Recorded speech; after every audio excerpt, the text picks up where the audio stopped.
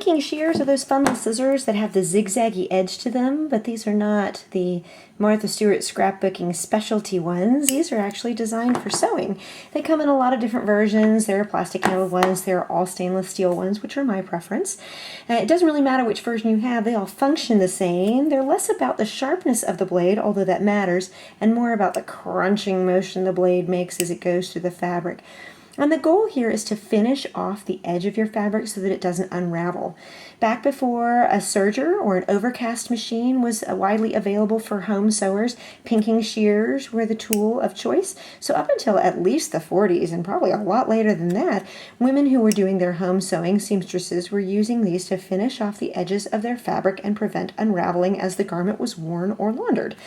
So in order to use them properly, I mean, if you took that cutting class, that scissors class in kindergarten, you probably learned how to do it. You just cut your fabric, right, along the edges. Now this can be done at a couple of different points in the sewing process. You could cut out a garment and sew the whole thing together and then pink all of the edges after the seams are sewn to finish them off. And so you would pink either the seam together in the same way that a lot of people use their serger, or you would pink each piece of fabric separately when the seams were pressed open.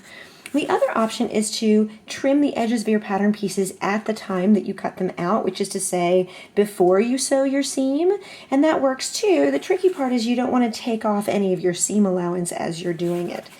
When you're cutting long chunks of fabric with your pinking shears, in theory you can use them just like regular scissors and chop, chop, chop, chop, chop.